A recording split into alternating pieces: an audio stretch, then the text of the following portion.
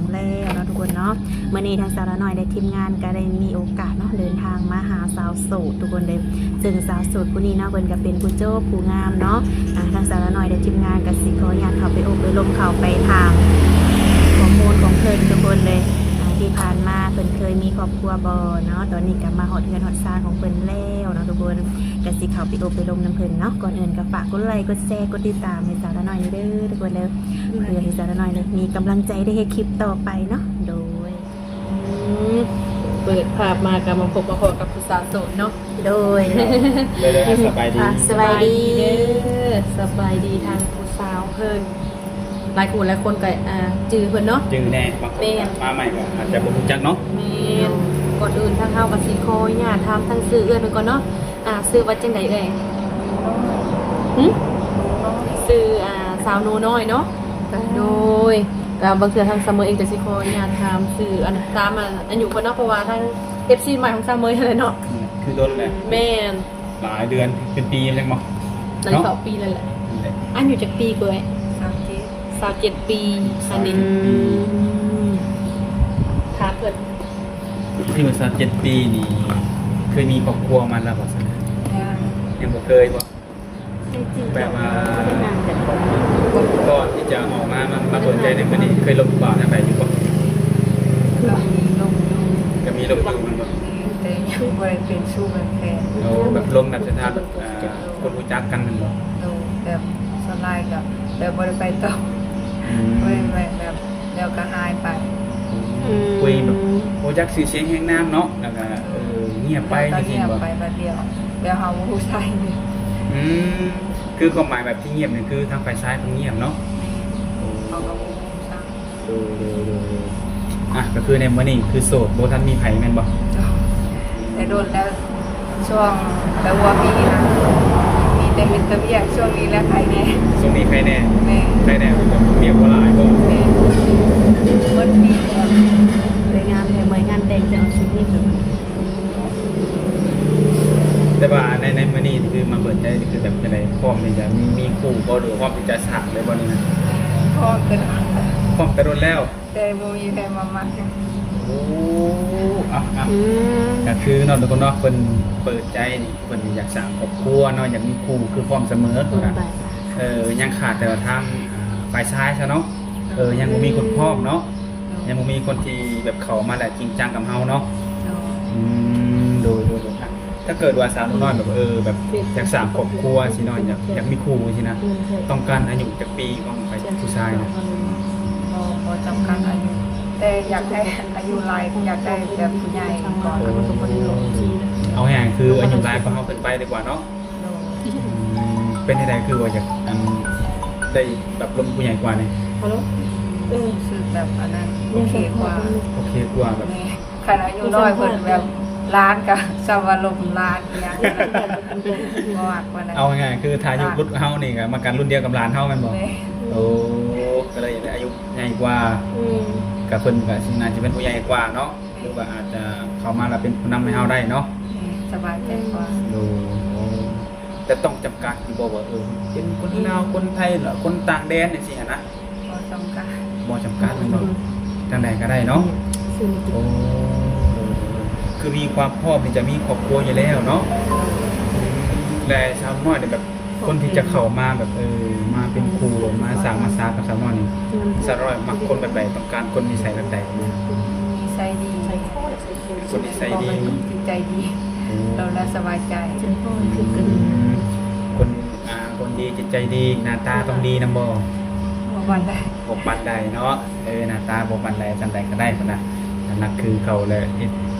นิสัยดีแบบคุยกับเฮาแล้วในเฮามีความสุขเนาะเข้าใจกันซึ่งกันและกันนั่นแหละโอ้ดูก็บ่ได้จำกัดอย่างหลายเด้นี่เนาะจำกัดแต่คนดีคือหลายๆผู้หญิงนะบ่ผู้หญิงและผู้ชายก็ต้องการคนดีเนาะการที่จะมาสร้างครอบครัวกันนี่แหละอย่างเช่นแบบสาวน้อยยังบ่เคยมีครอบครัวเนาะแล้วก็ยังบ่เคยแบบว่าคบหาเป็นแฟนนั่นบ่ถ้าเกิดแบบคนที่เข้ามานี่จริงจังและหักจริงบางแต่งแล้วแต่ว่าเพิ่นอาจจะเคยมีลูกมีเมียหรืออาจจะมีลูกติดจังซี่นะบอกเป็นอย่างแบบขอ ครอบครัวก็หับได้เพิ่นเปิดกว้างขอแต่ลูกมักหักแพงกันเป็นครอบเป็นครัวพ่อแม่เพิ่นก็เปิดกว้างบ่ได้จำกัดปานใด โอ้คือในส่วนนี้ก็บ่มีปัญหาเนาะ แม่ ถ้าเกิดว่าไฟซ้ายเพิ่นอาจจะมีลูกติดเนาะก็ให้เพิ่นคุยกับลูกเพิ่นเนาะ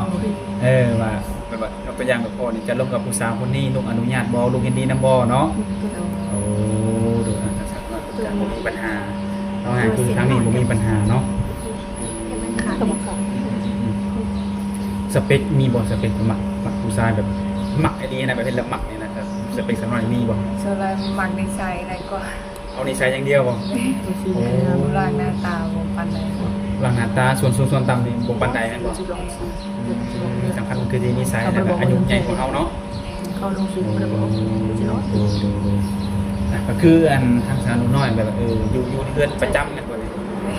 มีงานประจำเพื่อนนี่เนาะ แม่ไม่ได้ออกไปใส่เลย บ่ได้ออกไปใส่เลย ช่วงงานกับเรียกก็บ่ได้ออก โอ้ ช่วงงานก็คือช่วงเวียน มีสงคราม ก็เลยบ่ได้ออกไปใส่เลย บ่ได้เข้าก็ออกไปใส่ ดูแล้วแบบนี้เนี่ยก็สิพอมีเวลาลงผู้บ่าว มี บ่ เวลาคันในสุดมี มี คือ เชื่อนี่ มีบ่ช่วง อะไร นี้ สุดดีกว่า เมื่อปีแล้วดิ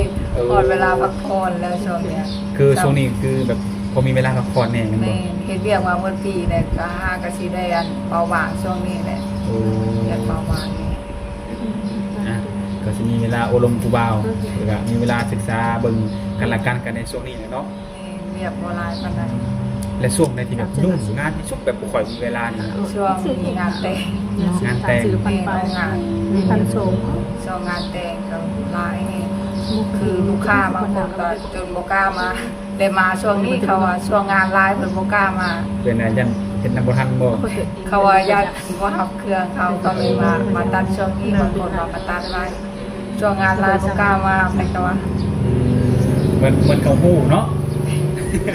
เหมือนเขาฮู้กันเขาเคยมาตัดเราเป็นลูกค้าประจำสิฮู้ได้เลย ใช่ก็น่าจะพูดแบบนั้น ช่วงนี้ใครก็มาตัดเครื่องไว้ว่าแล้วยังได้ก็เอา แบบบ่มีเล็กดีกว่า ก็เป็นปัญหาเป็น ก็คือมันหมดยามที่แบบมีงานของงานแล้วนี่เนาะมีแต่ยามลงหน้าได้เลยเนาะแต่ถ้าเกิดแบบสาวน้อยเนี่ยมีงานประจำอยู่เรือน เนาะ เนาะ เป็นเงินขาวอยู่ ถ้าเกิดแบบมือได้มือนึง พอได้ ชมวังกับความหักเนี่ยนะในสามครอบครัวอย่างนี้นะรูปแบบว่าออกเงินออกซานได้อยู่วะนี่ ได้ ออกได้ เอาแบบนี้ ลงเขาได้แล้วแต่ว่าถ้ามีผู้ใดมาหักก็อยากให้ไปอยู่เราก็ไปโลดก็ว่าเป็นสิเบิ่งพ่อกับแม่ โอ้ มีเอื้อยอยู่ใกล้ๆกันเต็มอยู่ อืม เอื้อยกันใกล้ ก็คือปรึกษากันแล้วเนาะไอ้น้องเนาะ ๆเพิ่นว่าไปมาหักเลยก็จะไปก็ไปเพิ่นก็บ่ได้ว่าหยังพ่อแม่เพิ่นก็สิเบิ่ง สมมติมันไปสร้างครอบครัวธุรกิจตัวนี้ที่เอาไปนำบอกไปเห็นคุณสานต่อป่ะ ได้ เจ้าตัวเนาะ ได้ไปเฮ็ดอยู่ไสก็ได้ เพราะว่าอาชีพเป็นตัวนี่แล้วเฮาเบิ่งปุ๊บแล้วเฮาสามารถตัดออกมาตามแบบนั้นเลยเด้พอเฮาไปอยู่ไสก็ได้ เป็นตะมุกดีเนาะ พอแต่เอาแบบมาว่าอยากได้แบบนี้เฮาก็ตัดตามนั้นเลยทุกมื้อนี้ก็ตัดแบบนั้นลูกค้าเอาแบบมาให้เบิ่ง มันตัว โอ้ เอาโทรศัพท์มาให้เบิ่งเฮาก็ตัดออกตามนั้นเลยสุดแต่เขาสร้างว่าอยากได้แบบใด สั่งมาคือแบบนี่พวกไปเบิ่งเขาเห็นให้ได้หมัดหนึ่งบ่ แม่ งามเต็ม โอ้ สาว ไปอยู่ไสก็ได้ คุณบ้าน ไปอยู่บนไม้เฮาก็เรียนฮู้อีก ให้ดูแบบนึงบ่ แม่เรียนฮู้เอาเฮามีพื้นฐานอยู่แล้วเด้ ดูโอ้มันก็ห้องเนี่ยคือสิมีครูไว้อยู่ดอกทุกคนเนาะหนึ่งมาเพิ่นดีบ่ได้จำกัดอย่างไรน้องมาหนึ่งเพิ่นก็สามารถไปอยู่ทางได้เนาะหรือว่าทางฝ่ายซ้ายสะดวกอยากมาอยู่พี่ก็มาได้มันอยู่ได้มันบ่แห่งดีเนาะเขาจะอยู่นครแม่เขาเนาะอันนี้ทางเพิ่นไว้อย่างไรแบบไปอยู่เพื่อนอยู่ซานนำอันนี้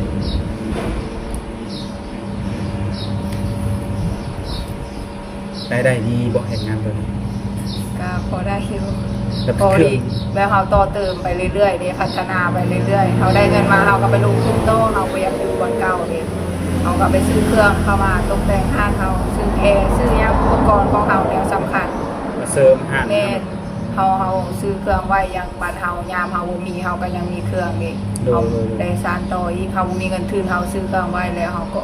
หยิบได้ต่ออีก มีครับ มี เดี๋ ค ย รั ว บ มีอย่างเครื่องอีหยังก็แพงดิ แพงกว่า ซื้อไว้ซื้อไว้แล้วดีลงทุนไว้ โปรมันสิแพงขึ้นเรื่อย แม่แม่เอาไว้อาศัยลงทุนไว้เอาไว้พอได้ลงทุนต่อพอได้เห็นต่ออีก มีแบบหับตัดเย็บส่งข้างนอกอยู่บ่นี่ ชมเพิ่นติดต่อมาตลอดแปลว่าพี่น้องเพิ่นอยู่ต่างประเทศเพิ่นก็มาหาเด้เพราะว่าเพิ่นเบิ่งในผลงานเด้ว่าเคยตัดชมนอกแล้วบ่รู้จักหลายบ่รู้จักหลายเพิ่นก็ติดต่องานต่อมาเด้แต่พี่น้องเพิ่นบอกมาเพิ่นก็มาหาต่ออีกพอเพิ่นไว้ใจพอเคยตัดเพิ่นนั้นรู้จักกันหลายเด้ แปลว่ามีผู้เด่นมาตัดแล้วคุณภาพมันดีเนาะก็เลยบอกต่อกันไปเลยนั่นก่อน เพิ่นแนะนำสมมุติลูกค้าเก่าเพิ่นเคยตัดเพิ่นก็ตัดนำอีกพอเคยหลบกันแล้วเด้ โดย พอฮู้กันแล้วว่าต้องแก้ไขวันใด ส่งทั่วประเทศหมดเลยต้องจำกัดประเทศทุก ชมได้หมด นะ ชมได้เมื่อทุกประเทศ ทั่วประเทศเลย แม่ โอ้ทุกคนเนาะ FC เฮาใช่เนาะผู้ที่จะงานแต่งหรือว่างานทั่วไปเนาะจะมีชุดออกงานนะชุดเป็นแพรไหมเนาะหรือว่าเป็นแพรต่างๆเนาะมันบอก ส่วนหลายค่ะคนลาวเฮาแหละเพิ่นอยู่ประเทศนอกเพิ่นอยากแต่งงานแล้วเพิ่นติดต่อมาแล้วก็เอาไว้ออกงานแล้วก็สร้างการนำตลอด เพิ่งบ่ได้สิตัดให้เจ้าของเลยเนาะ ครับแม่ในบกชุดเจ้าของ มีวางแผนไว้อยู่ว่าอยากตัดชุดเจ้าบ่าวเจ้าสาวให้เจ้า สุดเต้ค่ะตั้งใจตัดตลอดตัดแบบเฮาตัดเครื่องลูกค้าเนาะเฮาก็มีความฝันอยากใส่หั่นน่ะก็ตัดเก็บไว้ตลอด กินไปตลอด แม่ ตัดแต่สุดจะสาวสุดจะบ่าวยังตัดให้บ่ได้จุดสาวจะบ่าวก็ ยังบ่ฮู้เลยเนาะ ผู้ว่าจะบ่าวใช่ไหมในสายใหญ่ พร้อมหรืออ้วนเนาะแต่ว่าพ่อแบบมีความฝันอยู่ว่าอยากตัดชุดให้แฟนนั่นน่ะแต่เปิดห้านไว้เราไม่เคยตัดให้เลยตัดแต่ให้ลูกค้า โดยสมมติว่าทาง FC นี่เนาะเพิ่นแบบว่าจะเป็นนมๆเนาะที่ว่าคนที่แบบเคยร่มน้ำเจ้าแบบนี้หั่นนะเมื่อเพิ่นเห็นคลิปนี้เจ้าบอกว่าเจ้าพร้อมแบบนี้หั่นนะเนาะคันเพิ่นติดต่อมาแบบนี้ก็สิร่มน้ำเพิ่นอยู่บ่ ยังไม่แน่ใจ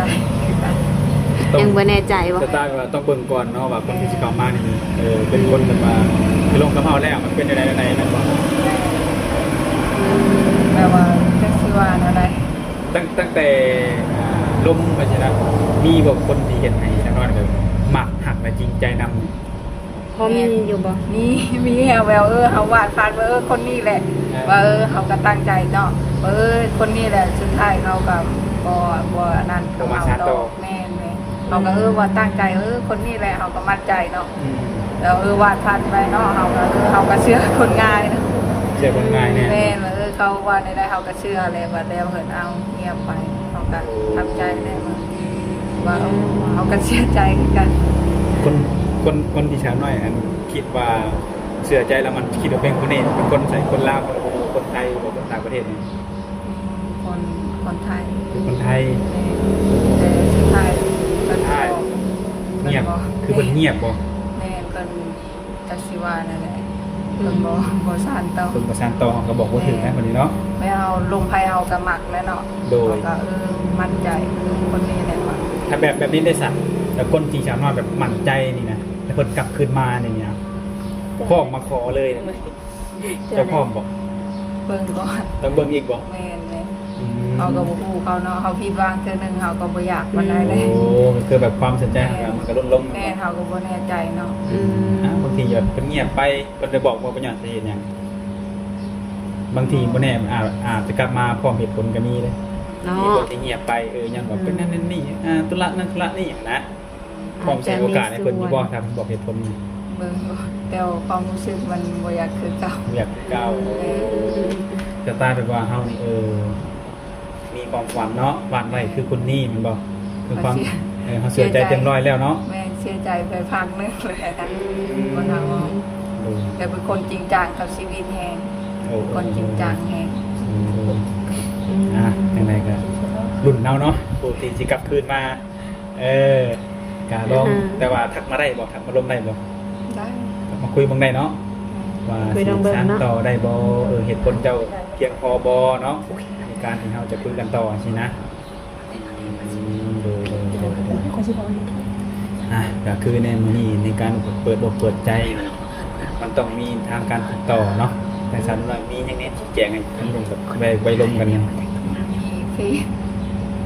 ซกับไลน์ มีเฟซกับไลน์เนาะสองอย่างวันแนบโปรดิลิทบอกมีสองอย่างเนาะ ตะกี้หาลิงแต่เฟซ กินอินเทอร์เฟซ ได้หากระตั้ง ทางการตั้งมาเพื่อซีโดยเฉพาะ หากระตั้งกระดิ่งยังบ่เป็นซะ แบบยังบทนัดเนาะ แม่สไลด์ลิงแต่เฟซมันสะดวกดี ดู แล้วหาติดต่อลูกค้านํแล้วเขาลงผลงานเขาก็เห็นเลยนะ แต่ว่าเขายังแบบพอมีลูกค้าเลยเนาะบางทีมันอาจจะเข้ามาแบบโมเมนต์โดยความฮักเลยก็อยากสนับสนุนเราอยากอุดหนุนเนาะ แม่ FC เขาทำไกลทำไกลหรือว่าอยู่ฝั่งไทยเนี่ยอยากอุดหนุนหรือว่าอยากลอง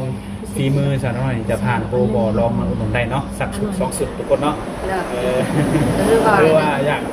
ประมัดใจในการสั่งอะมาสั่งได้อยู่เพื่อนนี่ได้บอกมาบนตัวจริง ได้ ได้นี่ ได้มาแทกได้ ได้เนาะ ถ้านั่นก็โทรมาซ้อนแทกได้แทกบ่เป็น อืม ฝากนุ่นเลยเด้อ ดูทางเนี่ยทุกคนเนาะถ้าว่าอยากหมักห่างกันได้เป็นครูคิงกับลองมาอบมาลงกันแหละทุกคนเนาะแต่มันก็คือสิเป็นไปบ่ได้ดอกที่ว่าเห็นแล้วสิมาขอเลยนี่บ่ได้หรอกเนาะทุกอย่างมันก็ต้องใช้เวลาเนาะต้องคุยกันศึกษาเหมือนกันเข้าใจกันบอกในแต่ละเรื่องนั่นแหละก็คือสิผมมีอย่างหลายแหละทุกคนดูว่าทางที่งานทางมีอย่างสิถามเพิ่มเติมบ่ แต่ทางสาวหน่อยสะดวกคุยโทรศัพท์เวลาไหลจ้ะ ลงได้ตลอดเพราะว่าเห็นเวียงนำค่ะเปิดโทรศัพท์ฟังมาพังนิทานเลยแล้วมาพังเสียงนะแต่พังเสียงค่ะพังได้แต่เอามือเขาเห็นเวียกเลยมาเปิดนั่นเปิดนี่พัง โดย แล้วเขาว้าวได้ดีว้าวเขาว้าวได้มือเขาเห็นเวียก โดยแบบว่าทางสไตล์แบบผู้บ่าวอยากลงเนาะในช่วงเป็นเฮ็ดงานนี่ต้องมีคือมีแต่โทรก่อนต้องโทรเนาะ ก็ตอนแชทก็ได้อยู่ อย่างว่าจะรู้ตัวว่าอย่างว่า เขาเวียกอิสระเด็กเด็กเราบ่ได้แบบอยู่ห้องล่างของกลางเขาเรือน เนาะโดย เขาเป็นนายตัวเอง ตอบได้เขาก็ตอบได้ ตามเวลาตามเวลาที่จะสะดวกเนาะสิให้เฮาวางตลอด24ชั่วโมงมันก็เป็นไปได้ตัวนี้ก็ได้ ก็โอเคเนาะบัดนี้เนาะ คือสิบ่มีหยังหลายแต่หากแบบว่าถ้า FC เห็นคลิปนี้แล้วของคาใจเนาะมีคำถามที่เฮายังบ่ทันถามให้เพิ่นเพราะว่าเพิ่นอยากรู้สามารถทักทายเข้ามาถามในการส่วนตัวได้เนาะลงการส่วนตัวกันได้ทุกคนแหละ คือส่งไปสิ